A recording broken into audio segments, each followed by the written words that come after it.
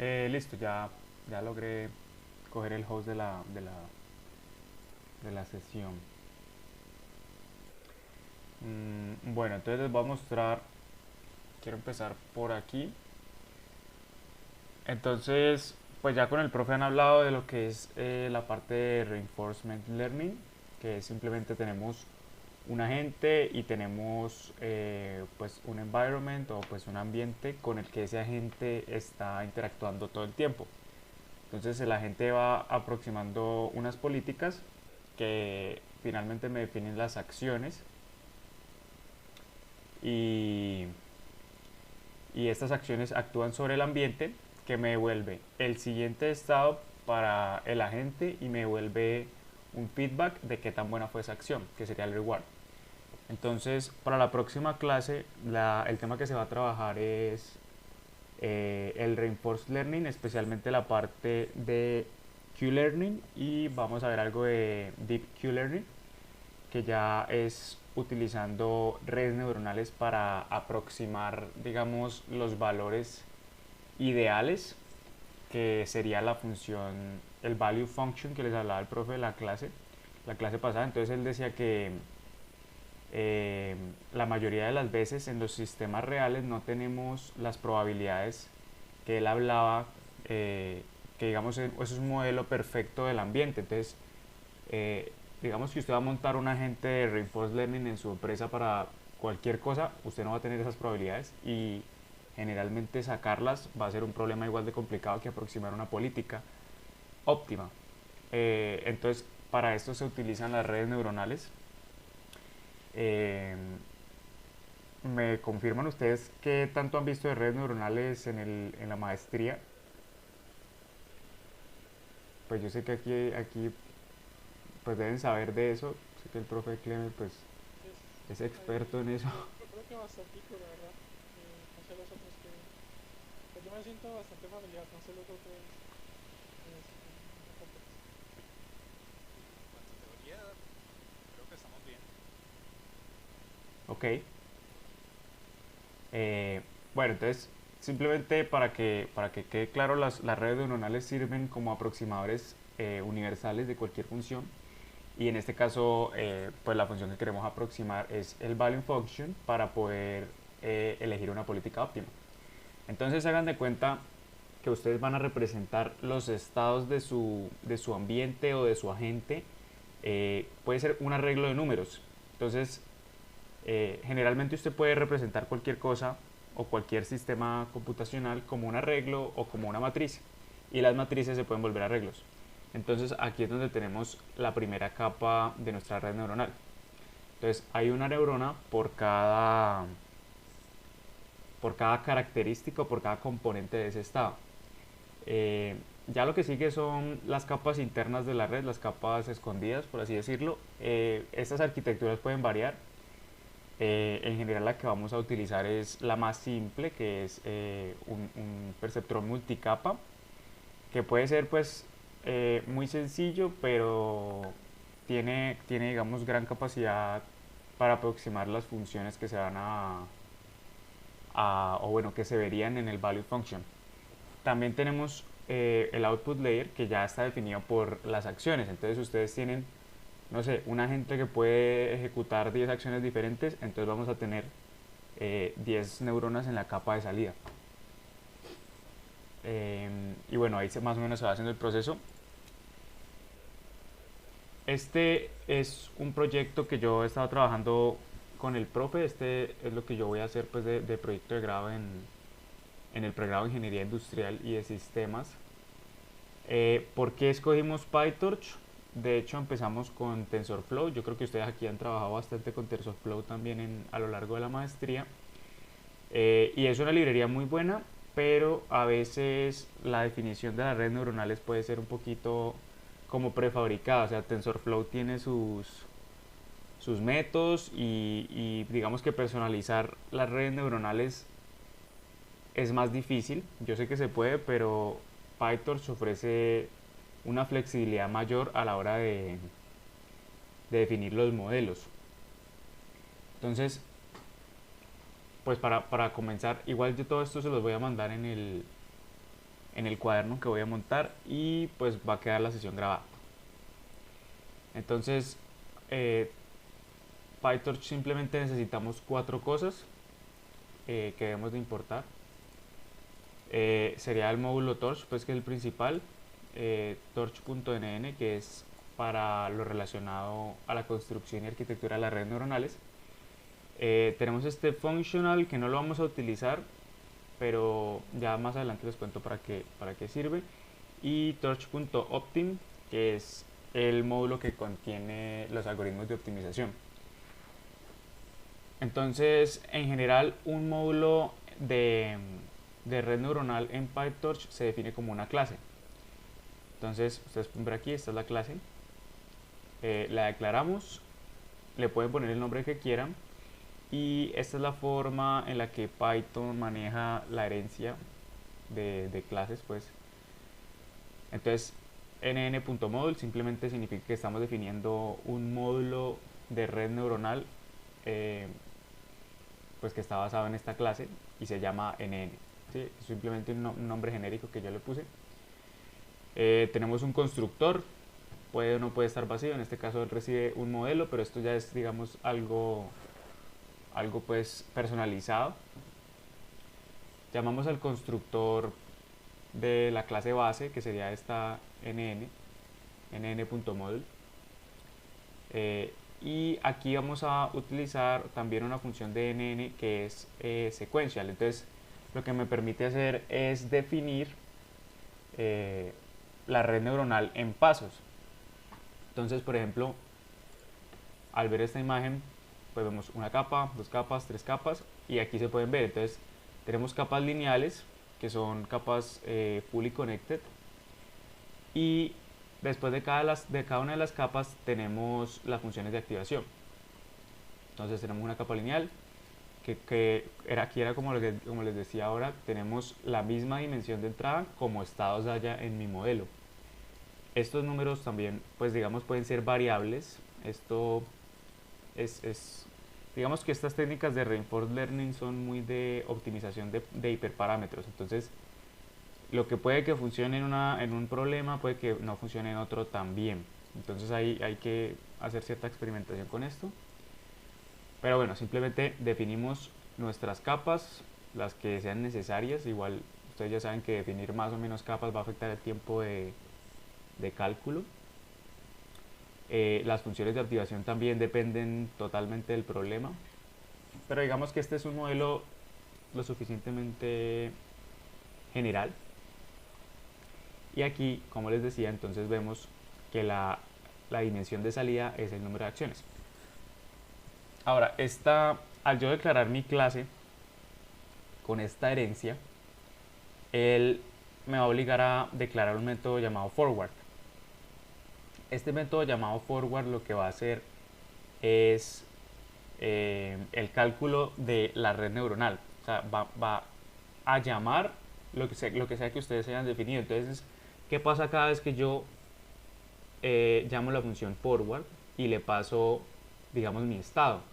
Entonces él va a ir por cada una de las capas aplicando, pues digamos, haciendo las multiplicaciones de matrices, aplicando la función de activación y me va a devolver el vector de salida. Entonces es simplemente definir estas dos cosas. Entonces necesito un constructor y necesito sobreescribir esta función de forward. El proceso de entrenamiento también es muy libre en PyTorch en general. Ustedes ya lo han visto, los modelos de TensorFlow son de que usted prepara sus datos en 2 objetos, .fit, y eso quedó listo y él entrenó y usted no se dio cuenta qué hizo por debajo. En PyTorch digamos que hay que definir la lógica del entrenamiento. Entonces por acá les voy a mostrar un ejemplo. Entonces yo aquí simplemente tengo un objeto donde estoy guardando, es la memoria de mi proceso, es la memoria del proceso de entrenamiento. Entonces aquí yo estoy llamando n episodios aleatorios y los estoy almacenando aquí. Declaro estas variables que pues ustedes ya pueden ver que son familiares a lo que hemos venido hablando y lo que hemos venido haciendo. Entonces tenemos estados, tenemos acciones, tenemos los próximos estados. Ustedes ya saben que cuando yo estoy en una acción y aplico un estado, él me va a decir cuál es el estado siguiente. Tenemos los rewards y este terminals que se utiliza pues si el estado es terminal o no. Entonces yo simplemente hago un ciclo por mi batch. Ustedes ya también pues supongo que están familiarizados con el concepto del batch training. Y simplemente estoy poblando estos arreglos con lo que sea que haya sacado a la memoria, que es aleatorio. Y aquí estoy utilizando algo del TensorFlow, un objeto. Estoy precisamente creando un tensor. Entonces los tensores tienen tipos. Entonces hay tensores tipo float para pues almacenar números en punto flotante. Hay tensores tipo long para almacenar números enteros. Y bueno, hay otros tipos de tensores, pero digamos que estos son los más generales y son los que vamos a utilizar. Entonces, por ejemplo, ustedes pueden ver que aquí hay un llamado a la función forward. Este es un modelo complicado, tiene dos redes neuronales, pero pues digamos que el concepto es el mismo. Yo hago el forward de mis estados y él me devuelve lo que sea que la red piense que son esos estados. Y aquí era para mostrarles el proceso de entrenamiento. Entonces digamos que bueno, ustedes saben las optimizaciones en este tipo de algoritmos y en general en las redes neuronales. Tenemos un Y, que es el que queremos, es nuestro teórico, lo que queremos alcanzar, y tenemos, digamos, un Y barra, que es mi estimado, que sea lo que devolvió la red. Entonces mi función de, digamos, mi función de pérdida, pues está en función de esas dos cosas, lo que yo tengo y a donde quiero llegar. Y lo que hacen los algoritmos de optimización, supongo que ustedes han visto descenso de gradiente y esas cosas, o estoy equivocado. Sí, sí. Entonces hay muchos algoritmos de optimización, en general pues todos son una variación de descenso de gradiente. ¿Hasta aquí tienen alguna pregunta? ¿Sí se está entendiendo la idea general? Yo ahí me gustaría preguntarle por qué este modelo tiene dos redes neuronales. O sea, ¿es como a manera de ejemplo o pensé que estamos haciendo el de la diapositiva? No, esta diapositiva simplemente pues la tengo para ilustrar el proceso. Lo que pasa es que no tengo un modelo montado con una sola red. Este es simplemente una nueva variación, es otro algoritmo diferente que utiliza dos redes. Este es el algoritmo más básico pues, que hay de Deep Q-Learning, que es el que vamos a ver.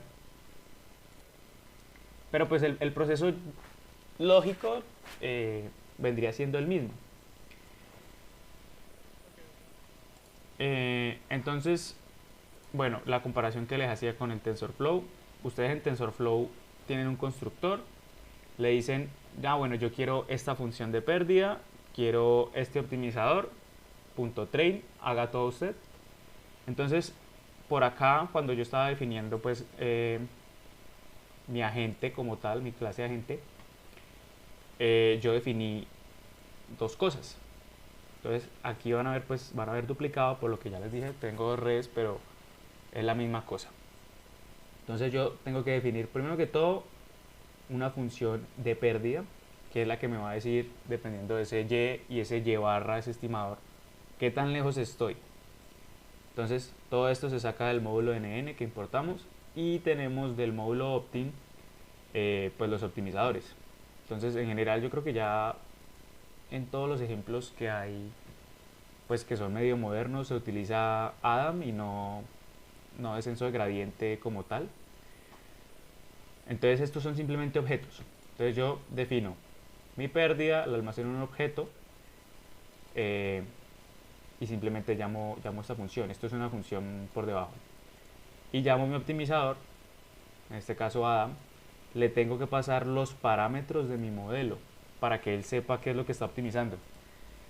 Entonces, ¿qué es este objeto self.model? Es simplemente una instancia de mi clase de red neuronal. Le paso un learning rate, este learning rate está por acá, paso por parámetro, aquí está. Y bueno, estos son parámetros de la DAM, no quiero entrar en detalles, pero es básicamente lo mismo que hace el TensorFlow, solamente que aquí toca hacerlo a mano, por así decirlo.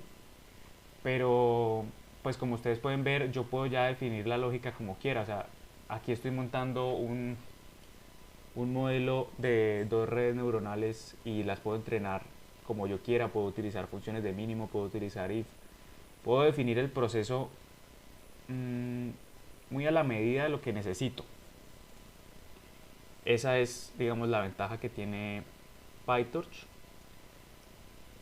Entonces, en general, ¿qué hemos hecho? Entonces, digamos que ya tenemos nuestros yes y tenemos nuestros y barras. Ahora queremos calcular la pérdida, queremos saber qué tan lejos estamos. Entonces, los 1, que es simplemente un objeto. Entonces, llamo mi función de pérdida que definí anteriormente sobre los dos objetos. En este caso, este QTarget sería mi y, a lo que quiero llegar, y este sería donde estoy. Esta fue la respuesta de mi red. Sobre este objeto que se me ha devuelto, llamo el backward, y este backward lo que está haciendo es el backpropagation de la red. Entonces él está calculando los gradientes para cada uno de los parámetros del modelo, y finalmente aquí hacemos un step sobre el optimizador. Entonces ya aquí el optimizador aplica el algoritmo de optimización sobre esos gradientes y digamos que lleva la red a su siguiente estado más cercano al óptimo. Antes de, digamos, empezar a hacer pasos de entrenamiento y todo, pues es recomendable limpiar el gradiente. Entonces self.optimizer zero grad, esto lo que hace es simplemente limpiar el gradiente de la red. Hasta aquí tienen alguna pregunta. No sé si se está entendiendo bien. Veo que hay unos que entraron un poquito tarde.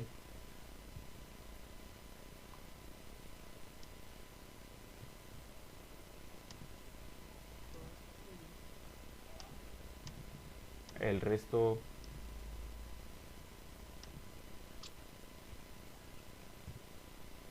bueno,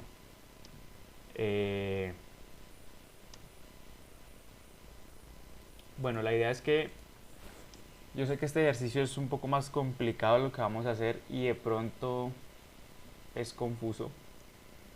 Entonces, pues yo lo que voy a hacer es montarles un ejercicio sencillo. Puede ser una regresión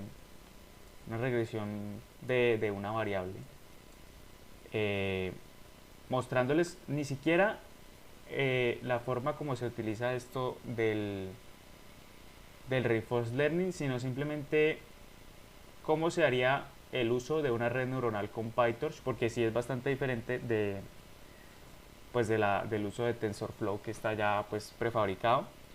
Otra cosita que les quería decir sobre pues el paquete, el PyTorch, es que proporciona acceso a cómputo en las GPUs más fácil que TensorFlow. En general, cuando nosotros estábamos trabajando con el TensorFlow tuvimos problemas con esa parte, pero el PyTorch, digamos que simplemente usted le pregunta, entonces torch.cuda is available, aquí está diciendo, bueno, hay una tarjeta gráfica donde correr el modelo, y uno ahí ya sabe si puede pues crear los tensores en el procesador o en la GPU.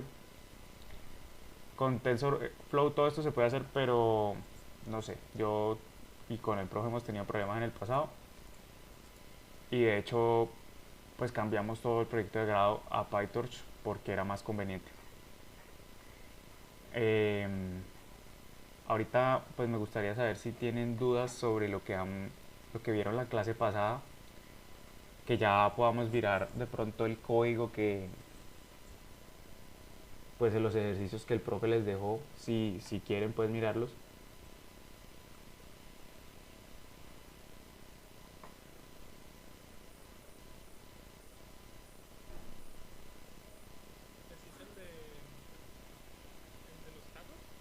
Sí, no sé si al fin terminaron de hacerlo.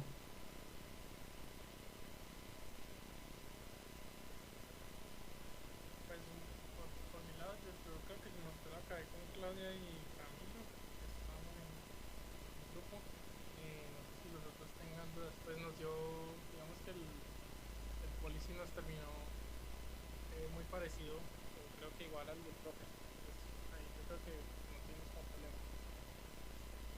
Ok. eh,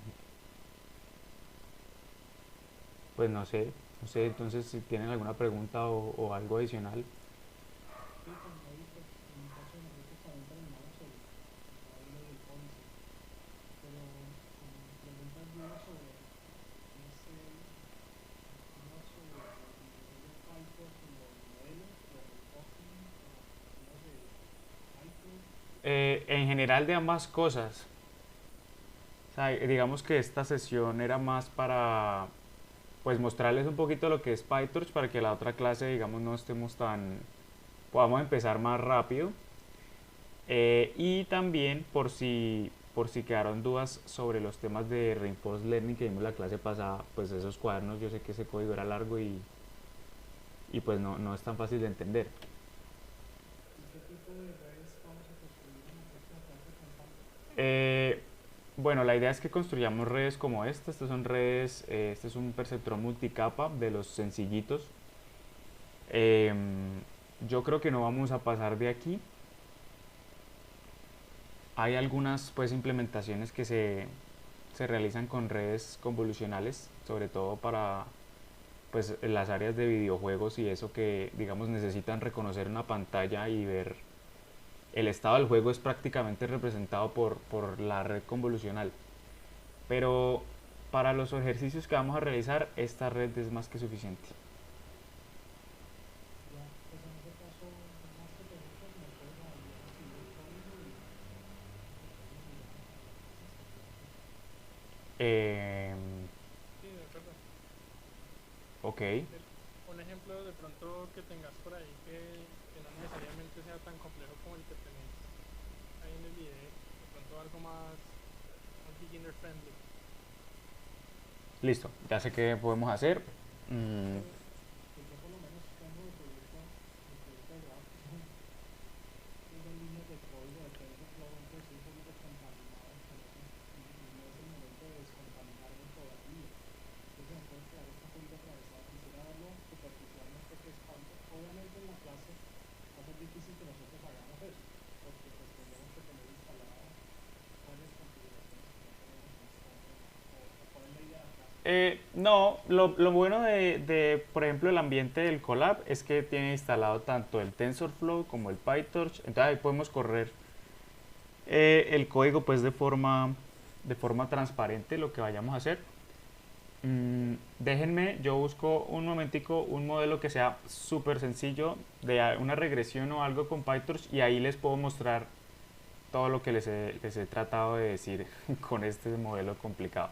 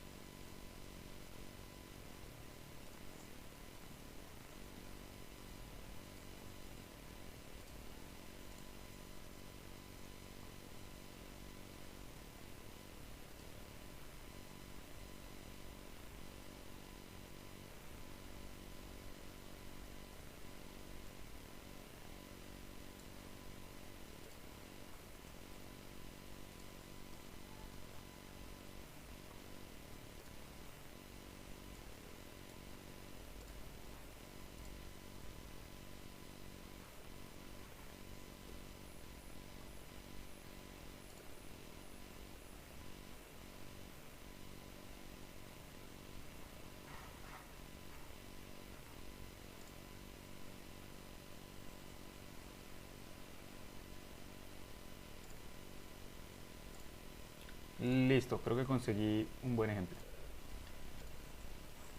¿Están viendo mi pantalla?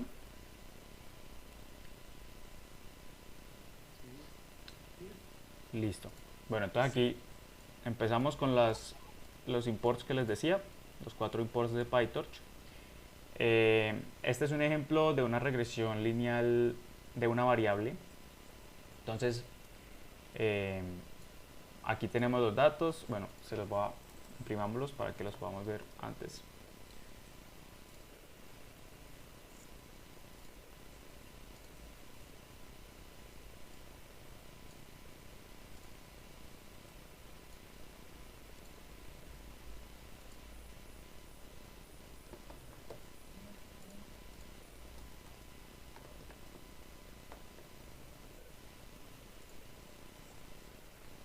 Entonces, pues tenemos aquí el valor de las x y tenemos el valor de las y, que es lo que queremos predecir con la regresión.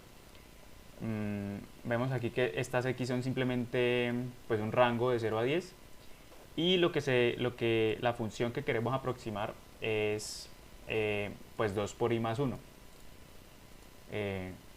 Entonces pues serían como los impares indexados por este x. ¿Sí? Eso está claro, ¿no? ¿Qué es lo que vamos a predecir? Ok. Bueno, entonces aquí ya tenemos nuestros datos y aquí ya digamos que empezamos a definir las variables del PyTorch. Entonces aquí viene lo que yo les decía. Entonces yo, para representar una red neuronal en el PyTorch, tengo que crear una clase que hereda de este modulito. Entonces tengo mi constructor, este simplemente lo que está haciendo es recibiendo el input size, el output size, porque las regresiones lineales pues pueden ser de varias variables. Y aquí está creando una capa lineal, pues con variables de entrada, con tamaño de entrada input size, tamaño de salida output size. Este es un ejemplo súper sencillo, de hecho esto es una red de una sola capa. Y tenemos la función de forward, que hay que definirla también, que simplemente está, lo que le entra a la red está pasando por mi capa lineal y es lo que estoy devolviendo. Entonces aquí estoy definiendo mis variables, pues la dimensión de entrada del x, la dimensión de entrada del y. Este es el learning rate que vamos a utilizar para el algoritmo de optimización. El número de épocas que se van a correr al optimizar pues la regresión. Aquí ya estoy creando una instancia de esta clase que definí aquí. Y aquí está de lo que les hablaba. Entonces PyTorch facilita el uso de los modelos que corran en GPU. Entonces hay que ver si hay una tarjeta gráfica disponible, y si hay una tarjeta gráfica disponible pasamos el modelo al espacio de la GPU en lugar del CPU. Entonces criterion, aquí lo que estoy es creando mi función de pérdida, que pues digamos para estos casos de las regresiones utilizar los cuadrados es lo que se recomienda, o pues es lo que siempre se hace. Y están definiendo el algoritmo de optimización. De hecho aquí están utilizando pues el gradiente de descenso, el clásico. Entonces simplemente le paso los parámetros de mi modelo, de este modelo que tengo aquí, y defino el learning rate, que también lo definimos más arriba. Entonces aquí está la gran diferencia con el TensorFlow. Ahora que ¿quién era que me decía lo del TensorFlow?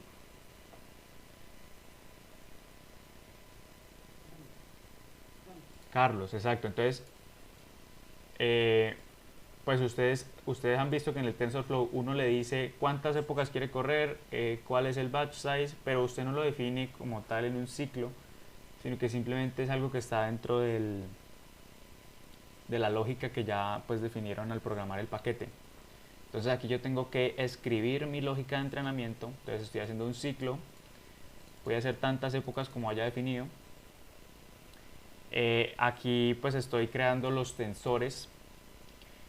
Este ejemplo es un poquito viejo. Esta característica de variable es, pues estos paquetes como el TensorFlow también siempre están en, pues en actualización y les hacen muchos cambios. Entonces digamos que lo recomendable ya no es usar este variable, es usar los tensors que les mostré ahora en este proyecto, pero igual siguen funcionando. En la clase podemos ver cómo se hace con los tensors, pero es prácticamente lo mismo. Entonces, ¿qué está haciendo aquí? Si hay una tarjeta gráfica, él está creando los tensores en la tarjeta gráfica, si no, pues los está creando en la CPU. Entonces aquí estoy borrando el gradiente que tengo almacenado pues en mi optimizador. Aquí estoy haciendo el fed forward de la red, entonces estoy pasándole mis inputs y esto es lo que la red me dice que cree que es el Y. Entonces aquí ya estoy calculando mi pérdida entre lo que piensa la red. Entonces esta vendría siendo mi Y barra, mi estimador, y este es mi Y, este es mi óptimo a lo que quiero llegar. Aquí estoy haciendo, estoy calculando los gradientes utilizando el backpropagation, y aquí finalmente estoy utilizando el algoritmo de optimización para actualizar pues los parámetros y los pesos de la red. Entonces pues aquí simplemente está haciendo la impresión pues de digamos cómo va transcurriendo el entrenamiento. Entonces bueno, esto de hecho no lo necesitamos, pero si la corremos podemos ver que empezamos con una pérdida de 64 y pues él va bajando hasta que prácticamente llega a 0. Bueno, entonces digamos que al correrse este método, digamos este ciclo, el modelo quedó entrenado. Entonces yo quiero saber qué tan bueno está ese modelo predictivo. Entonces, pues digamos que estas cosas son de ventajas y desventajas. La desventaja del PyTorch es que pues yo con el TensorFlow muy fácil, también hay un método que me valida y me dice cuál es el entrenamiento, digamos de la accuracy de mi modelo, sin necesidad pues yo de definir lógica adicional. Pero pues aquí es fácil, pero igual tengo que hacerlo yo mismo. Entonces lo primero que hay que notar es esta instrucción de torch.noGrad. Entonces lo que hace esto es instruirle a PyTorch que mientras yo esté evaluando no necesito que me calcule gradientes. Aquí lo mismo, si hay GPU, si no hay GPU, y simplemente está pasándole el Xtrain. Pues aquí digamos que yo lo quiero tener en un formato que lo pueda manipular. Entonces yo no puedo manipular objetos en espacio de la GPU, entonces primero lo tengo que pasar a CPU. Punto data pues es como está, digamos, organizado el objeto por dentro, y lo quiero pasar a un formato que yo pueda manejar en Python, que sería un arreglo de NumPy. Entonces puede que esto parezca pues digamos complejo, pero es simplemente pasarle al modelo mis X y pues convertirlos digamos a un formato manipulable. Entonces estos ya vendrían siendo mis Y's que la red cree que son, y aquí lo que simplemente estoy haciendo pues es imprimiendo que también la red está prediciendo pues lo que mi regresión. Entonces aquí lo podemos ver. Entonces los puntos verdes son pues los datos reales, y la línea punteada vendría siendo las predicciones de la red neuronal. A ver, sería interesante cambiar esta función por algo más.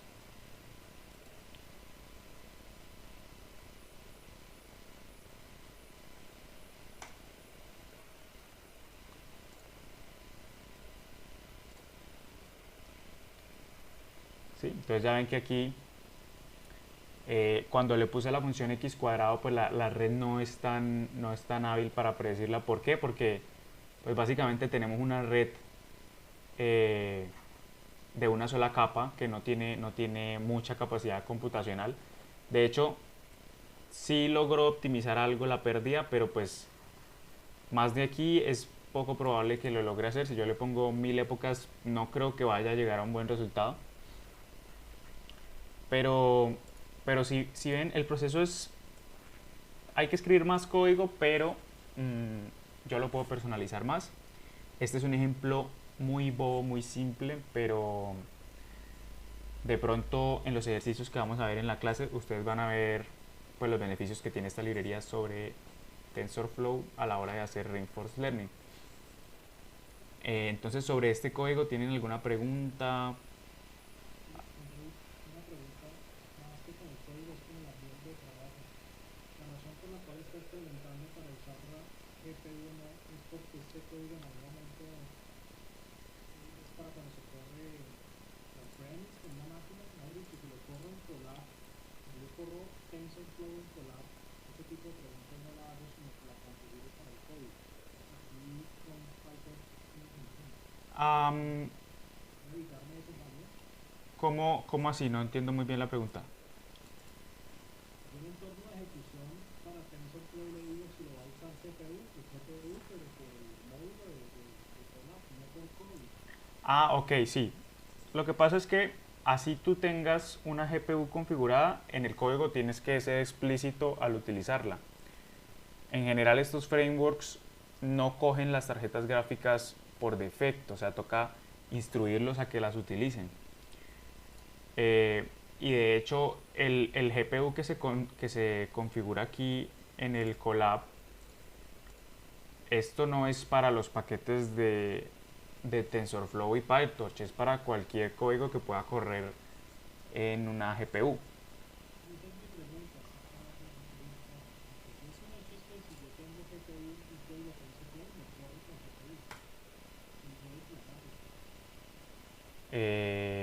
Sí, correcto, pero es porque el ambiente de Python, perdón, el Colab tiene todos los drivers de las GPUs instaladas. Yo creo que el tema con este zip ahí también es porque en teoría yo debería poder correr este código como es un ejemplo en cualquier lado, ¿no? Entonces están ahí como para defender por si, pues, por si lo corren, no sé, local. Entonces lo corra con CPU en este caso. Exacto, sí, ahí creo que la pregunta de Carlos es más bien si el framework coge automáticamente las tarjetas gráficas. No, no, no, no, no, no. Es exactamente lo más bien lo que Felipe está diciendo, no es mi punto. Este código yo no lo corro en Colab, para mí es claro que tengo que hacer el así. Pero si lo corro en Colab, mi pregunta es, no le debería colocar así. Si yo estuviera creando Colab, esa es mi pregunta, que es más de curiosidad, porque en TensorFlow no lo tengo que hacer. Digamos que si yo acabo de meterme aquí al editar y le agregué la GPU, ¿cierto? Si yo le quito el if y si yo no hubiera puesto esta GPU y llamo este método, va a haber un error.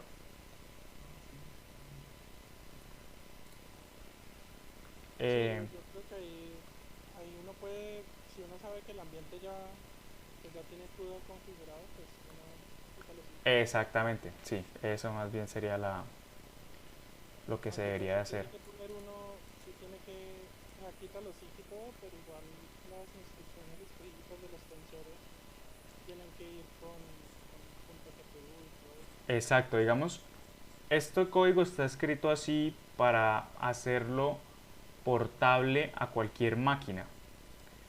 Porque muy probable, si ustedes quieren correr esto en sus, con lo que decía Carlos también, si yo quiero bajar este código y correrlo en mi máquina porque no tengo internet, pues no voy a poder si quito los if. Bien, nos quedamos ahí, está claro.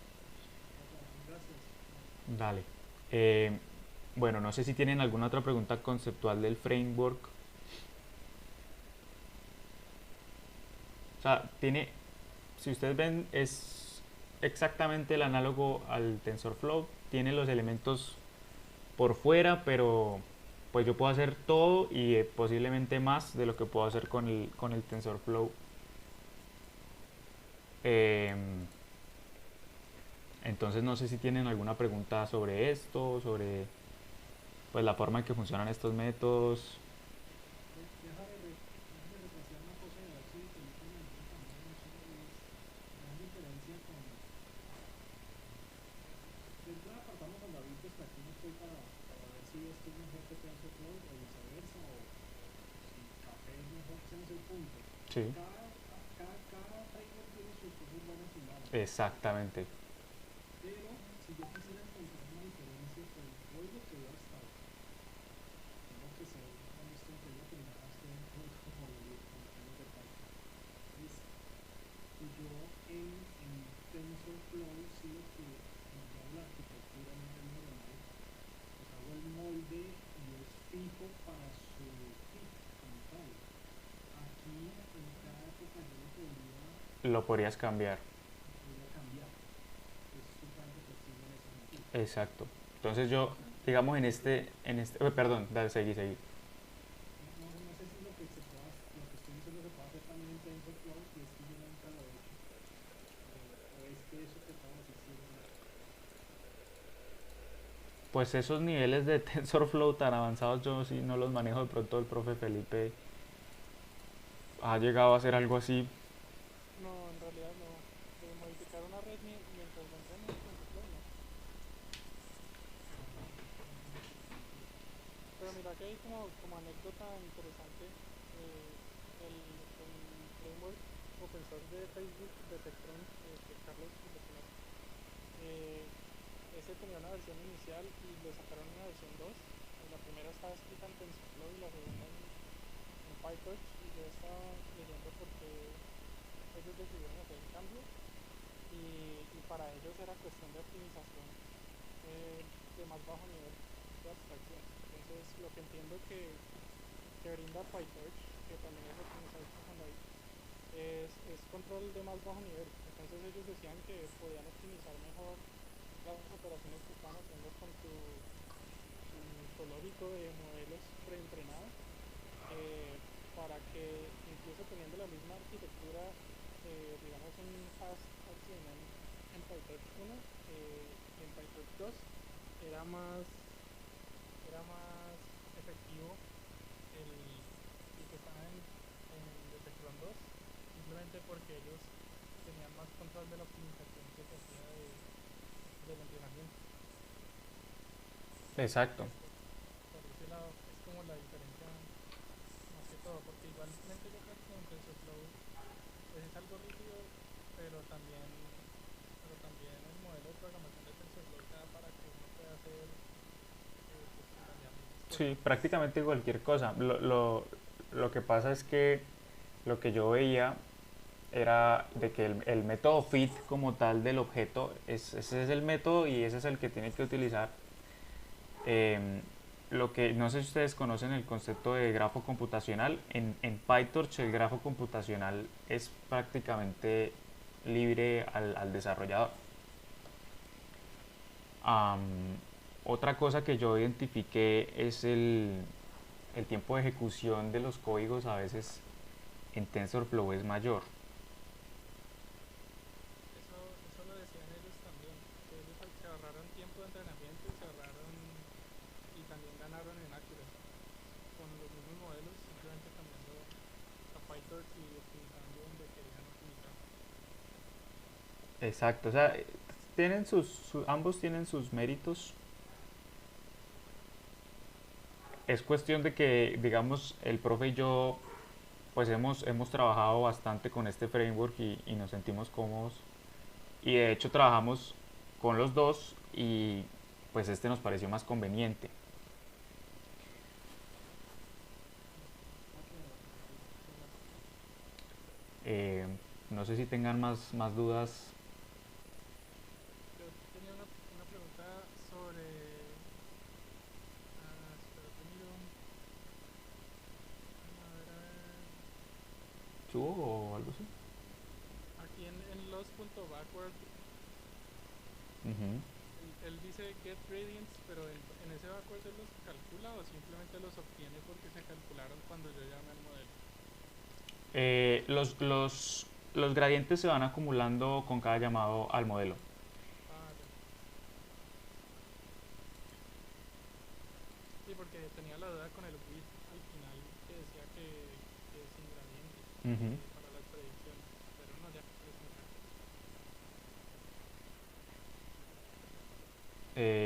Pues no sé si les sirve este código. Yo sé que es sencillito, pero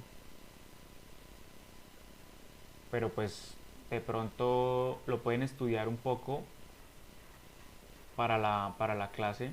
De pronto intentar que esto les cuadre bien. Es simplemente agregarle más capas a la red Una función de activación por ahí. o una función de activación, exacto.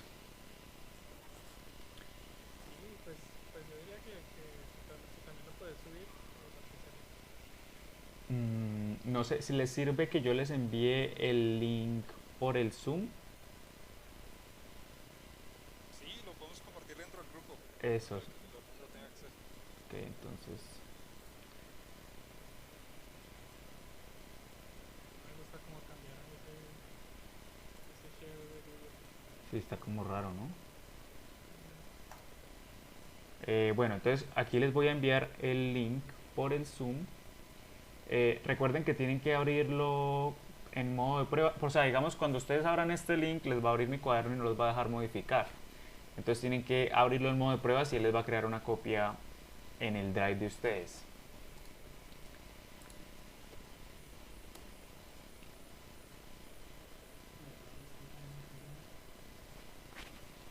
La verdad es que es como ellos de Microsoft, que no se vende proyecto con Facebook, sino realmente con el antivirus operativo.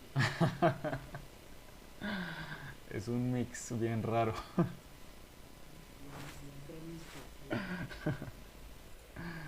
sí, aquí no hay vendor locking, ¿no? Eso parte de las ventajas del open source independiente.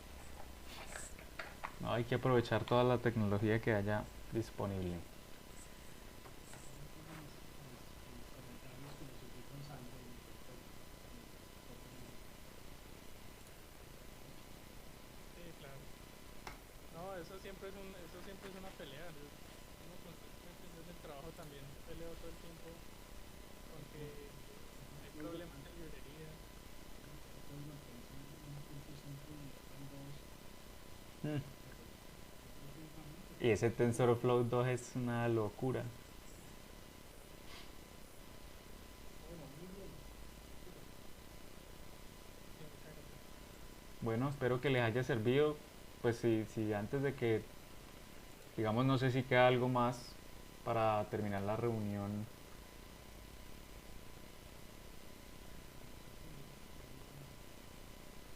Me parece bien, estoy de acuerdo. ¿Cuántos son ustedes en total? Somos como 15. 15 creo. Ok. Somos 15 ahí, pero para ser justos con los demás y contigo mismo, no es falta de interés en el tiempo mismo, sino que cómo está clavado en el programa, siempre. No, yo me imagino, yo sé que sí. Y así estamos los de pregrados, así estamos todos. Listo, listo. Toda esa virtualidad y tener que cerrar, es algo que fueran otras ocasiones, Osvaldo estaría pero aquí presente. Pero de hecho, yo estoy aquí reemplazando a mi compañera de tesis y allá está ya dándole No, no hay problema. El profe sabe, el profe también sabe. Vale. bueno, David, muchísimas gracias. Bueno, con mucho gusto, espero que les haya servido. Ya pues nos vemos en la clase que pues ahí sí vamos a meterle esta nueva tecnología a lo que pues están viendo del Reinforced Learning. Sí, muchísimas Gracias. gracias. Entonces, Muchas gracias. nos vemos, que estén muy bien.